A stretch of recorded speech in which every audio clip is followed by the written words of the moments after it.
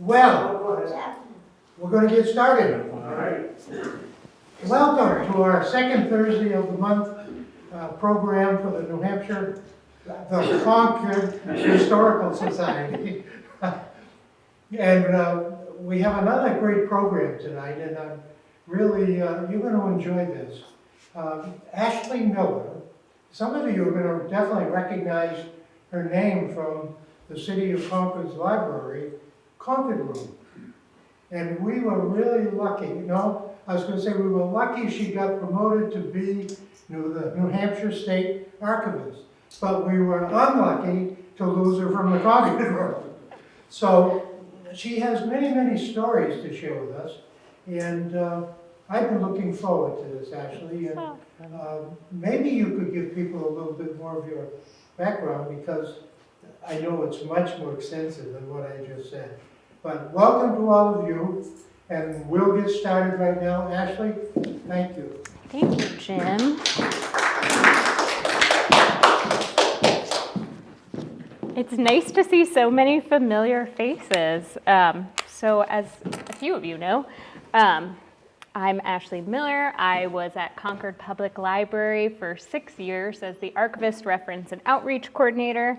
I'm really excited to be here tonight. We used to do reference requests with the Concord Historical Society, so I feel like we're coming full circle now, which is pretty exciting.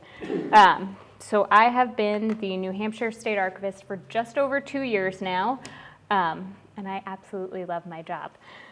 By a show of hands, how many people have been to the State Archives? Mike has. Oh, nice. A good group. Okay, my goal is to get the rest of you there. So first we are going to go over the State Archives, some of our treasures there, our essential functions, and then I'm going to get into preserving your own family history a little bit, and then we'll leave time for questions at the end. So this is our agenda for tonight. So our essential functions at the Division of Archives and Records Management, the first is to preserve the documentation of the history of New Hampshire state government institutions and make them available to the public.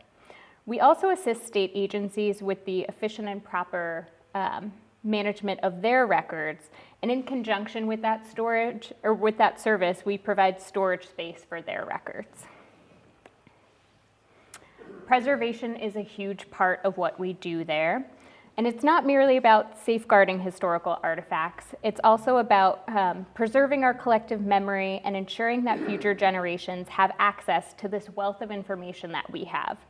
It involves employing techniques such as proper storage conditions, digitization, and conservation treatments to protect documents, photographs, and other materials from deterioration. So we employ a variety of methods aimed at prolonging the lifespan of historical materials, including maintaining stable environmental conditions such as temperature and humidity control, preventing deterioration caused by fluctuations in those. It also includes limiting light exposure. We utilize specialized storage materials such as acid-free folders and boxes, and we make sure the access to these resources are secure. So this is our research room. We have microfilm readers, books for general New Hampshire history and genealogy research, law and legislative histories. Those are probably our two most used collections. Probate indexes, and in wooden cabinets that line the walls, we have vital records that are open to the public. And our research room is open Monday through Friday, 8:30 to 4:30, with our last pull time at 4:15, and we have librarians staffing that desk to assist with research. And we also have free access to Ancestry.com. And coming later this year, we will have an online catalog very similar to your local public library catalog that will provide you at-home access to what we have, our holdings, and some digitized records. And videos that we do with Concord TV. So outreach, like what I'm doing here tonight, is a huge part of the job. It's one of the core functions of archives. People have to know about your collections, what you have, your services, to be able to use them, and then more importantly, be able to advocate for them. So I write monthly articles for the Concord Monitor, focusing on a different collection from the archives. I turn those articles into videos with Concord TV. They also helped me create a virtual tour of the archives for American Archives Month last year. We do weekly Throwback Thursday posts. We on occasion loan out materials to local institutions for exhibition, and I give tours of the archives to interested groups. And currently we're planning some community events, especially for the 250th anniversary of the nation. So this is our collections overview. We have a diverse array of historical materials that document the state's past, spanning centuries of history from the 1600s to now, including government records, manuscripts, maps, photographs, audio-visual materials, and researchers can explore a wide range of topics, including colonial settlements, Revolutionary War era, that's very popular right now, early statehood records, their own genealogy, and the evolution of state government. So now I'm going to go over some of our notable collections, the cool stuff that I pull out when we have a tour. So this is our first state constitution. On January 5th, 1776, New Hampshire became the first colony to declare its independence from Great Britain, and in doing so, created their own form of government. This is our Stephen Bullock desk. Being in the Secretary of State's office, we are very proud of our first in the nation presidential primary. The legislation for the presidential primary was written on this desk. You can see in the right-hand side of the desk the stains from the oil lamp that Stephen Bullock used to stay up and write the legislation. And then every 4 years, we bring this desk down to the State House to room 204 for presidential primary candidates to actually register on, which is pretty cool.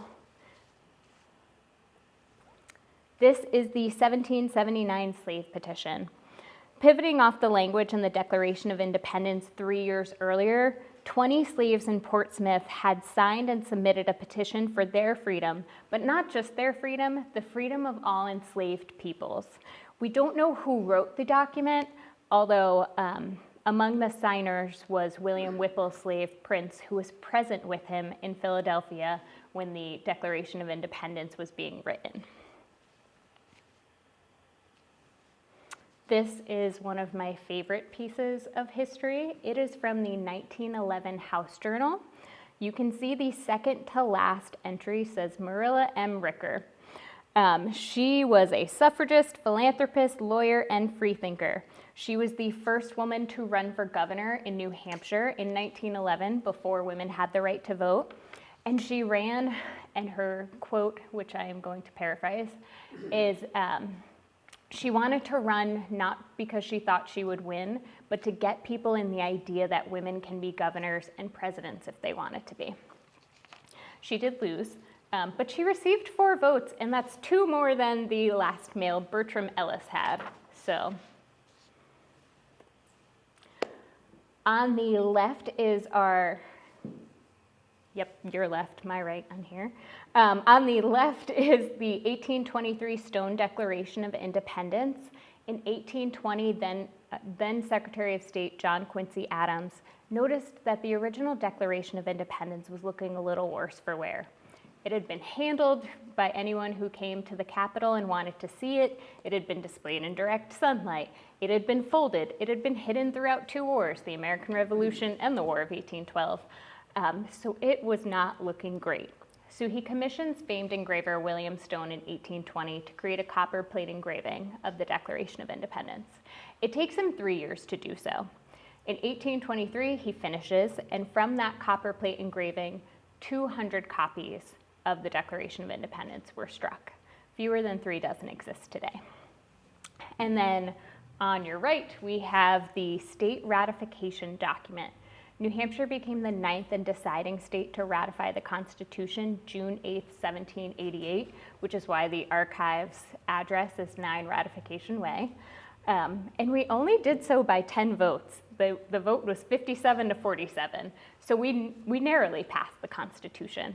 But in doing so, we did also suggest 12 amendments to it. Lastly, we have our Bill of Rights. So in 1789, a copy of the Bill of Rights was sent to each of the states for ratification, and this is our copy. So future plans, we're going to have some genealogy days and history lectures and scanning days where if you're not willing to part with your awesome family history, which we'll get into in a second, you can bring in your materials, have them digitized. That way they're accessible for future generations, but you can still retain the hard copies. We're going to have interactive exhibits for the front lobby. And again, going back to we'll have new archival software similar to your public library catalog. So now we're going to get into our family history and why it's important to preserve it. Before we dive into how we specific methods of preservation, let's consider why family history is important. Think about the stories you've heard from your grandparents or parents. Perhaps they told you about how they grew up, when they got married, the struggles they faced, traditions in your family. How many of those stories have been written down or recorded? How often do we hear about a lost family heirloom or an old photograph with no names written on the back? Our family's past is an invaluable treasure, but without conscious effort, it can slip away. So there are a number of ways to preserve your family history that we're going to go over. Each method serves a unique purpose. Oral histories or spoken stories, they're a great way to capture personal narratives, and you can retain that person's voice after they passed. Written records like letters, journals, and official documents such as birth and marriage certificates are critical for documenting family lineage. Photographs and memorabilia, pictures bring history to life, while artifacts such as medals, furniture, or heirlooms tell their own stories. And digital archiving. Scanning documents and photos ensures that they're preserved and can be easily accessed, and they won't have to be touched to be seen, which preserves them further. And then one of my favorites is recipes. Family recipes hold not just delicious flavors, but traditions and deep meaning too. Collecting oral histories. So one of the most powerful ways to preserve family history is by recording oral histories. When we interview family members, we capture memories that may not exist in written records. Some best practices for conducting interviews: choose the right person. Start with older relatives who have lived through significant historical periods. Prepare open-ended questions. Instead of asking, "Did you like school?" ask, "What was school like for you?" Use a high-quality recorder, and that could be a smartphone or a digital recorder or a video camera. Just ensure the audio is clear. Create a comfortable environment. People open up more when they feel at ease. Conduct interviews in familiar settings. And then follow up on details. If someone mentions an event or a name, ask for clarification. Can you tell me more about that day? DNA testing and genealogy. It's transformed genealogy by helping people discover unknown relatives and ancestral origins. Companies like Ancestry DNA and 23andMe analyze your DNA and match you with relatives. Results can reveal ethnic origins, migration patterns, and even unknown branches of your family tree. And it can confirm or disprove family stories. However, DNA testing does have its limitations. It should be combined with traditional genealogy research for the best results. Organizing your family documents. They provide a factual backbone to family history. Keeping them organized prevents information from being lost. The steps to do so are to gather all your family documents, birth and marriage certificates, military records, property deeds, immigration papers, and handwritten letters, and sort them by category, arranged by family member, generation, or event. Label and store them properly using acid-free folders and storage boxes to prevent deterioration. Find a cool, dry spot for storage, not your basement or not your attic. Those tend to be the most common areas. Don't do it. If you leave here tonight with anything, don't store things you want to preserve in your attic or your basement. Create digital backups. Scan important papers and store them in the cloud storage or external hard drives. And then develop a filing system. Use labeled binders or digital folders to keep everything easily accessible. Here are several tips for describing record groups. Check for typos. I know this is simple, but it happens all the time, and if you spell something wrong and then you go to type it in the computer, you're not going to yield that result. So make sure you are checking for typos. Use official names. If you know someone by a nickname, your kids or your grandkids might not know that person by that name, so it's important to use those official names. Write out the date fully. Oftentimes we'll leave out the year when we're labeling photographs. It happens all the time in the archives. Always put the year. Don't use acronyms or abbreviations or miscellaneous, and be clear about what you're describing. So some things to avoid. To prevent record deterioration, mold, damage, spills, there are several things that we have at home that we should avoid. I'll show you some examples next of items we use every day that are the enemies of preservation. These are my top 3 most hated items. Metal paper clips, they rust. Cellophane tape, or as you guys will know it as, Scotch tape. You think it's going to be a quick fix for something, but you are doing much more damage later down the line than you think. It is not the quick fix we expect it to be. It's going to stain the paper, and eventually it will fail, so it's not even doing what you're hoping it to do, for it to do. And then rubber bands, they dry out, and then they cling to paper, and they become really abrasive and can stain it. They're all, just don't use them. Preserving photographs. Photographs hold sentimental value and provide a visual history of our ancestors. Some preservation tips include using archival quality albums, avoid sticky albums and cheap plastic sleeves, digitize photos, scan images at high resolution, and store them on multiple platforms. We have an acronym in the archival world, and it's LOCKS. Lots of copies keep stuff safe. Label photos clearly, write names, dates, and locations on the back using a pencil. Store in a cool, dry place. Humidity and heat damage photographs over time. If you can store your photos in the cold, in a chest freezer, that's even better. Once digitized, consider creating photo books or slideshows for family gatherings. Using technology for preservation. Technology offers fantastic tools for preserving family history and making it accessible for younger generations and family members who live apart. Some genealogy websites that are really useful: Ancestry.com, FamilySearch.org, and MyHeritage.com.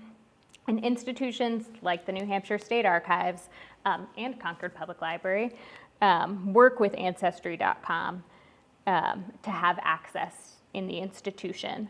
But we also work with Ancestry and Family Search to digitize our genealogical records and make them accessible to the public. And then they provide us with lovely digital images.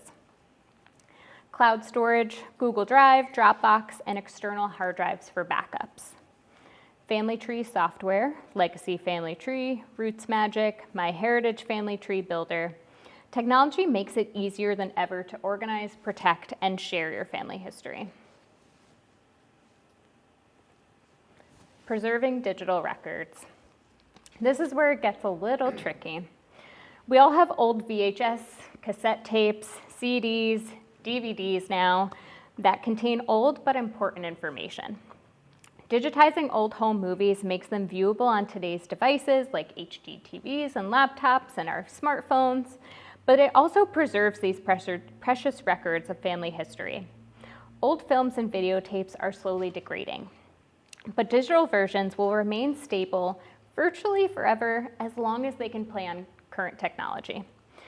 It's relatively easy to improve the quality of digitized movies and share clips online. You can choose to do it yourself with digitization equipment.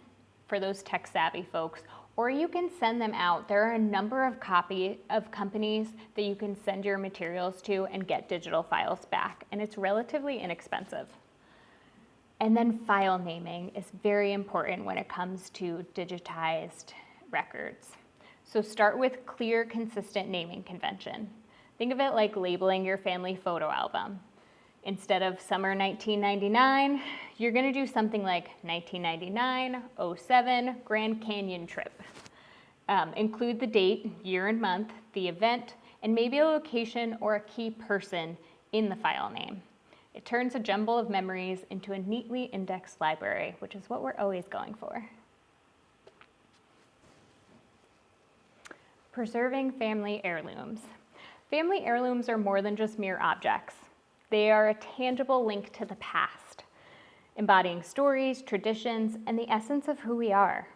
Whether it's a delicate piece of jewelry worn by a great-grandmother, a weathered photograph capturing a moment in time, or a cherished piece of furniture that has witnessed decades of family gatherings. Each heirloom carries with it a rich tapestry of memories and significance. Heirlooms hold significant and sentimental value. Proper care ensures that they last for future generations. Keep delicate items in climate-controlled environments, photograph and document, take pictures and write descriptions for each heirloom, creating a catalog of what you have. Pass down the knowledge. Share these stories behind each heirloom with younger family members, and use professional conservation services. If an item is deteriorating, seek expert restoration. And I will just give you this one caveat. You don't have to keep everything. I know we feel the need to, but I will give you that permission. If you're cleaning out your grandmother's house and you have boxes filled with scrapbooks or old family photos and albums, you don't have to keep everything just because someone else in your family had it. Instead, it's better to sort through those things and find the important pieces that resonate with you. Otherwise, you'll wind up with an entire house filled with stuff that you don't necessarily want and no one else in your family necessarily wants. There are historical societies and local institutions, or you can donate them. Check first with your family members, of course, because someone else might want those things. But I'm giving you permission not to keep everything. Creating a family tree. Building a family tree is an excellent way to visualize your ancestry. Start with what you know and gradually work your way back. Start with immediate family, list parents, siblings, grandparents, great-grandparents. Gather your documents using birth certificates, marriage records, and census data to verify those connections. Use online resources like Ancestry.com. You can organize and display, whether you choose a digital tool or a hand-drawn chart, keep it well structured. And verify the information. Cross-check names and dates to avoid common mistakes. Document where you found each source in case of conflicting information, because you 100% will find conflicting information. This is an excellent way to share your family history, is by creating a family history book. You can share and include stories from family members, a family timeline, maps showing where family members originated or moved, profiles and photos of individual family members, artifacts such as tickets, report cards, and handwritten notes, family recipes, newspaper clippings, if you have a family crest, signatures from ancestors, DNA test results, letters and diary entries. Before you start looking at family history book examples or planning your own book, you need to collect the information you want to put in it. Here are some ways to find the information that you need. Start with your knowledge. You probably have more knowledge than you realize about your family. Starting with the relatives you've known your whole life. Write the details you remember or think about those people. You can fact check it later. Ask relatives. This is your chance to expand to other living family members. You might create a series of family interview questions to gather information or simply ask them to share any stories. Check the records. The records you and your family members already have, such as birth certificates, family Bibles, could have details to aid you in your research. Conduct genealogy research, document everything, make copies, and then you can create and publish the book on your own computer using a number of free software, or you can utilize professional services to have it printed. sharing your family history. You have all this stuff, but you need to share it with people so that, again, they will care about it. This is your own form of outreach. Hold family gatherings. Share stories at reunions or special events. Create a family website. Upload documents, photos, and stories for everyone to have access to. Create a family social media. You can create Facebook groups or a blog for family members to have discussions. Create a family time capsule. This is a really neat idea in my opinion. Have everyone store an important item and open the capsule later on a future date. Cook-offs. Have everyone select their favorite family recipe to make and share. Engaging the next generation. Exploring genealogy with children cultivates a sense of identity, familiarizes them with family traditions, and provides a personal and impactful history lesson. It sharpens their research skills, enhances their ability to work with various types of information, and fosters curiosity and discovery. This engagement offers profound benefits, including the development of critical thinking and patience, and strengthens family bonds through shared stories and legacies. Start with stories. Begin with relatable and engaging anecdotes about ancestors, focusing on experiences or interests that connect with the children's lives today. Create a visual family tree. It's a fun art project that you can work on together. Visit places of family significance. Make history come alive by visiting ancestral hometowns, cemeteries, homes, and allowing the children to walk in their ancestors' footsteps. Use technology and apps. Select kid-friendly and secure platforms that make discovering history interactive and fun. Incorporate games and activities. You can transform genealogy into a game with scavenger hunts, trivia quizzes, or role-playing activities based on historical periods your ancestors lived through. Engage in cultural practices. Connect with heritage through cultural traditions, foods, and crafts, providing a tangible connection to the past. Some institutions for research, of course, your local libraries and historical societies, churches, cultural centers, the New Hampshire State Archives, but also other state archives because the odds of your family being in one state for an entire generations is odd. And the National Archives. Steps to get started today. So don't wait. You can start by setting small goals like interviewing one relative, digitizing a few key documents, or engaging family members in the process. Preserving family history is a gift to future generations. By taking action today, you ensure that your family's history will not be lost. Start small and involve other folks in your research and build upon what you discover. So I'm going to open it up for questions, but this is the contact information for the archives. We are available for in-person research, phone calls, emails, you name it, we are there to help. Do I have any questions? Roy. Okay, now there are two bills in the legislature that affect the archives. Number one, they just decided to make the archivist a general neuter person instead of having to be male. And number two, they essentially gave the archives the job of keeping all the town records also. And my question relates to that I've seen more and more very skimpy minutes. All they give is the text of a motion that passed because they say, oh, we can get that from the video. But a lot of these videos, you know, they're not being archived necessarily. YouTube has them, but will YouTube be just forever? So do the archives have any method of keeping all these videos of meetings, or that just be far too much this space?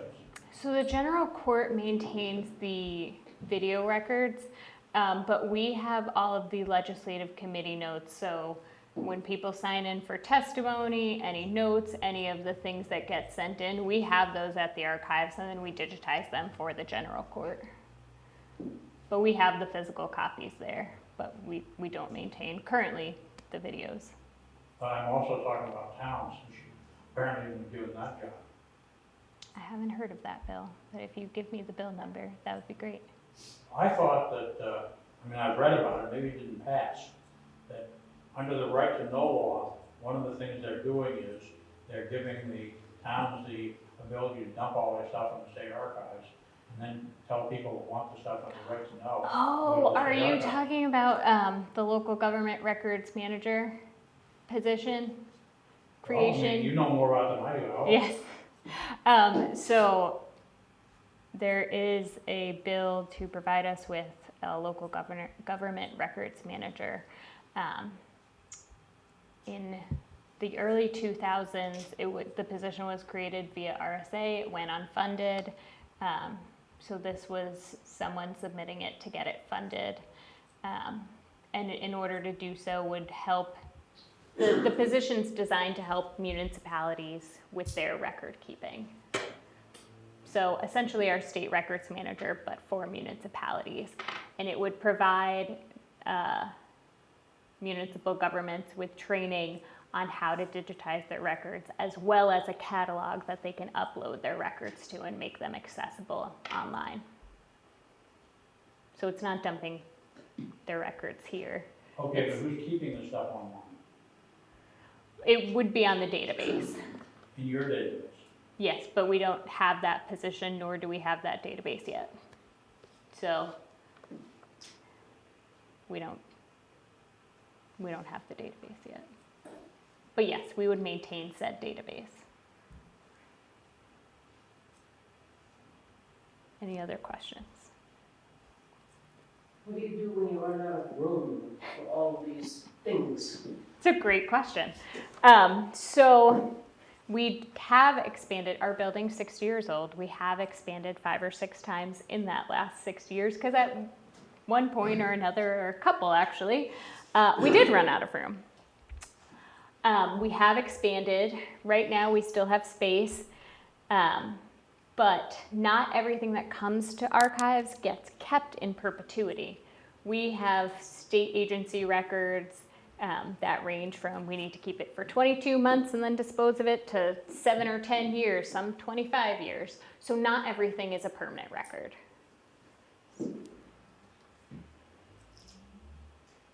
Yeah.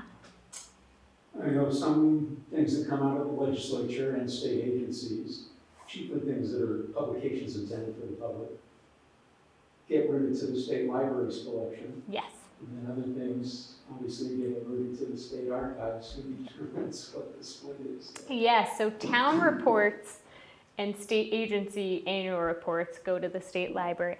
Essentially things, and me and the state library meet frequently to discuss these things, essentially published things, publications, things intended, like your town reports, your annual reports, go to the state library. And then your manuscript collections, unpublished things, come to the state archives. Yeah. Do you do training for folks on how to ask questions? First of all, what the question should be, and like you said, open-ended questions. Do you actually have any materials, and or could we have you or somebody from your office come and teach how to do that? We could, we haven't done it yet, but I mean, more outreach opportunities are always great in my opinion. So that's something we could certainly assist with. Jim, I know a genealogist quite well. Ooh, I suspect would do that. there you go. And he retired. He was at Paul Fry's, you know? He is a frequent flyer. Yeah, Yep. sharp guy. He was at the New Hampshire Historical Society. Yep. We love the New Hampshire Historical Society. Like I said, I interned there. I hope you love Concord too. Absolutely I do. When you were talking about capturing family stories, Yeah. I did this, I've done 3 really significant projects. One of them was in the weeks before my father passed away. There was a list of 25 questions, tell me. So it was a prompt to have a conversation. That's really So it was, cool. do you remember when you were in elementary school and they asked you, what did you want to be when you grew up? So I asked him these questions and he was like, I want to be a farmer. which was so bizarre because he was a physicist for Kodak. Oh my gosh. But we had a huge garden in my backyard.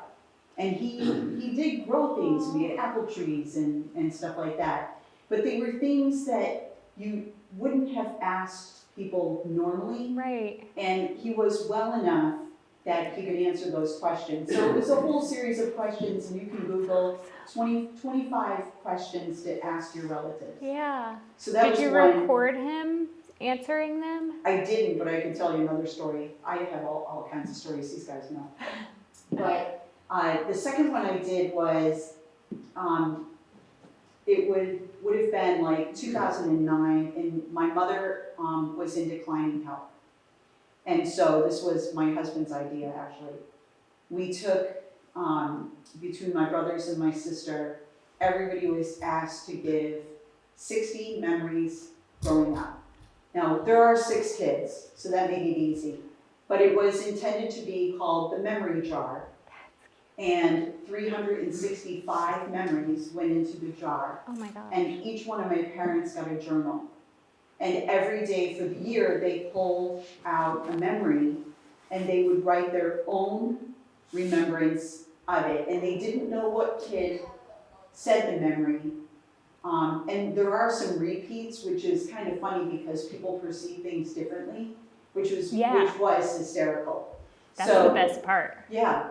So there is messages that my mother wrote on each one of our birthdays that were like very personal to us. And my mother passed away in 2012.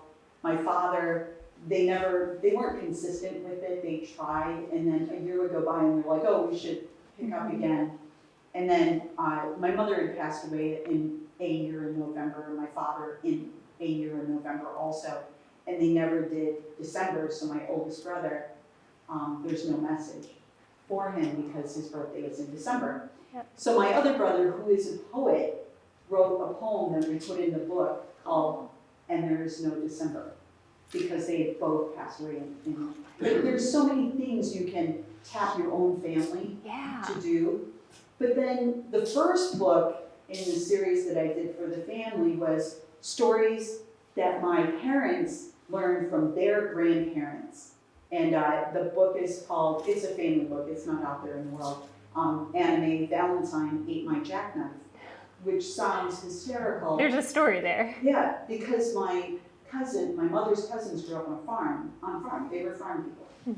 And they had cows, and she would go and spend 2 weeks in summer with them. And my grandmother was a very proper woman. And my mother and her sister would have to wear dresses all the time, not just on Sundays. And 2 weeks during the summer, she would get to wear overalls because she was on the farm. And my cousin Ju gave her a jackknife, or her cousin Ju gave her a jackknife, and she immediately showed it to Anime Valentine, the cow. And what do all cows do when you hold out their Oh hand? my God. They ate it. And so my great uncle Tommy called the vet came out, and my mother had to watch him go through the stomachs to find the jackknife, which sounds gross to us, but you know, back in the 40s, this is nothing. This was a thing. Yeah. And he pulls out a thread of barbed wire and asks great uncle Tommy, so I got a break in the fence? Oh my God. You You do now. Yeah, but it was one of the weird stories, and that's exactly the type of stories that my great aunts and my aunts, they all told these stories from a generation ago in a different time that it was fantastic. Yeah, and you have those And I recorded. have those. And then you guys know how wacky I am anyway. My grandfather was a spiritualist, and we grew up in Rochester, New York, and he was a hands-on healer. And so he would say that we all have the ability in us somewhere. So my uncle had recorded him telling stories of his adventures going and healing people. And my father gets this reel-to-reel, and he gives it to me, and I get it put down to DVD. And of course, I had it done at a shop in Rochester where we grew up. And my dad gets the DVD, and he sends it to me, and I'm sitting in my office, and I'm like, oh, I should pop it in and listen to it, because my boss at the time was on vacation.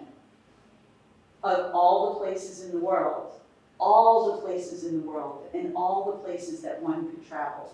The very first story he tells is about Asheville, North Carolina, the same place my boss was vacationing in. Oh, wow. And it was more than 30 years after my grandfather had passed away.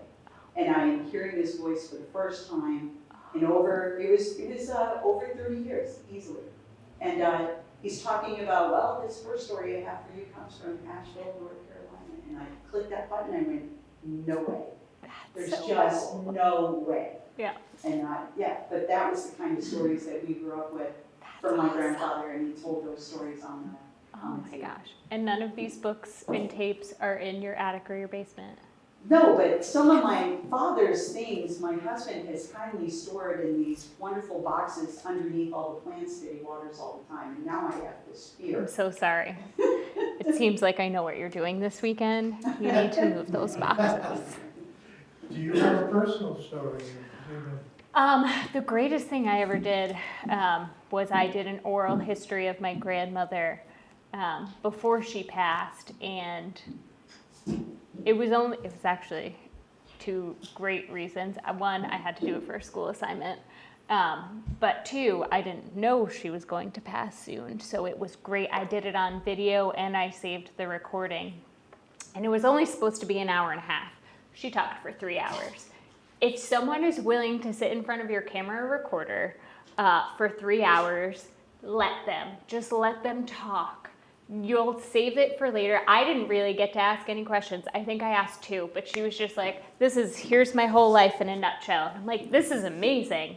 And then when she passed, I was able to give it to all of my cousins. There are 16 of us on that side. So it was a really nice thing to have for that. It also sounds like your office is very accessible. Yes. I think about going there and say, oh wait, I can't go there. No, please do. Listen, I have the coolest job in the world. Sorry, City of Concord. But I'm the custodian of these records, but these are the people's records. They're not mine. They belong to all of us. Come and use them. Wow, that's really neat. Yeah. Any other questions? I have a comment. Ooh, Pardon my voice, at the end of the day, my big voice becomes. that's okay. I, some time ago, decided I was gonna find out about my family history. And I spent a fair amount of money hiring 3 genealogists in Ireland Oh, and Paul Friday here. And found out some fascinating stuff. One of them was that my great-grandfather had a brother named John. And John was born, from all indications, in 1845 in Ireland.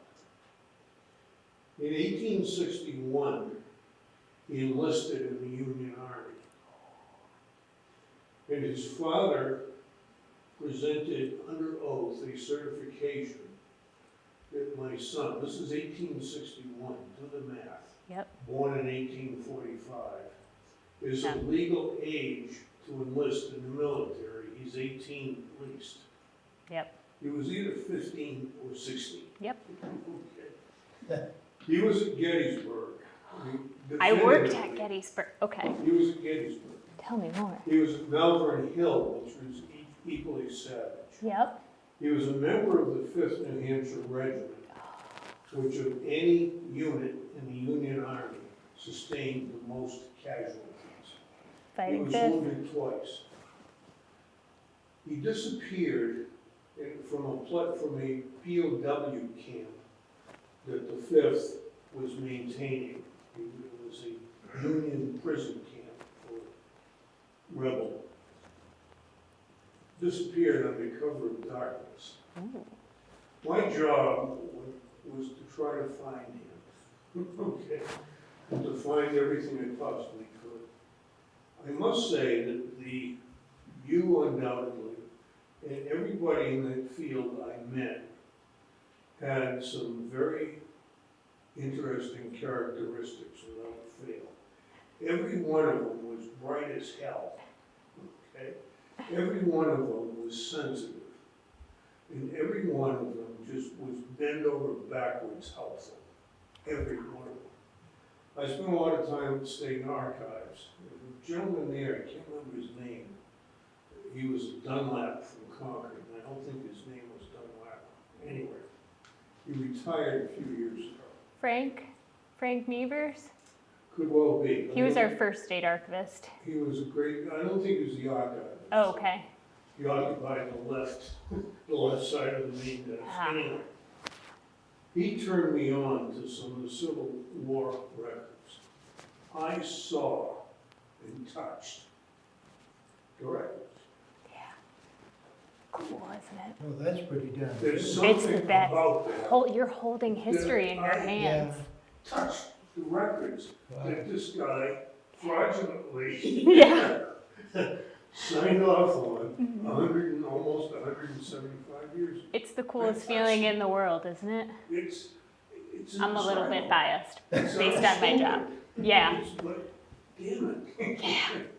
It was a big deal, and it still is. hmm That's, I gave a tour last week and I was showing, I have my cool go-to polls, and someone responded, I showed the 1776 Constitution, where we were the first of the colonies to declare our independence. We made our own form of government committing high treason.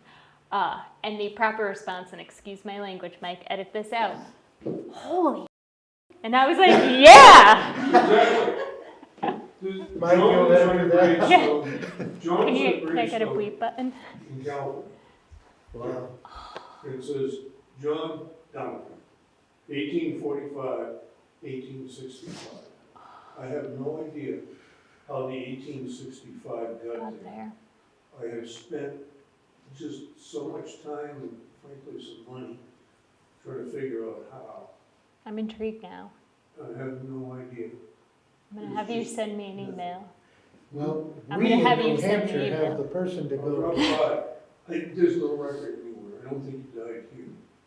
I think he was, But he died in the war, I in don't, theory. no, No, after. he jumped ship.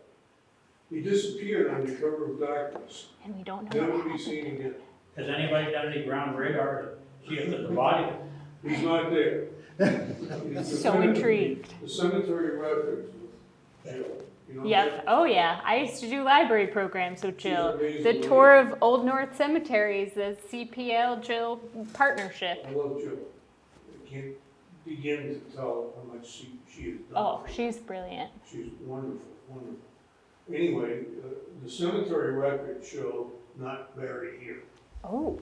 I suspect he was a bounty jumper. You know what that is? Yep. For anybody who doesn't, during the Civil War, they had a tough time recruiting troops because the life expectancy was horrible. You get later in And the they war, were nobody paying wants to people fight. to join. It was called a bounty. We do have those records Oh, though. yes. Yeah. Well, I'll drop by next time I'm up there. Okay. Anyway, what happened was, there were no fingerprints, there were not very many photographs, so it was very difficult to identify somebody.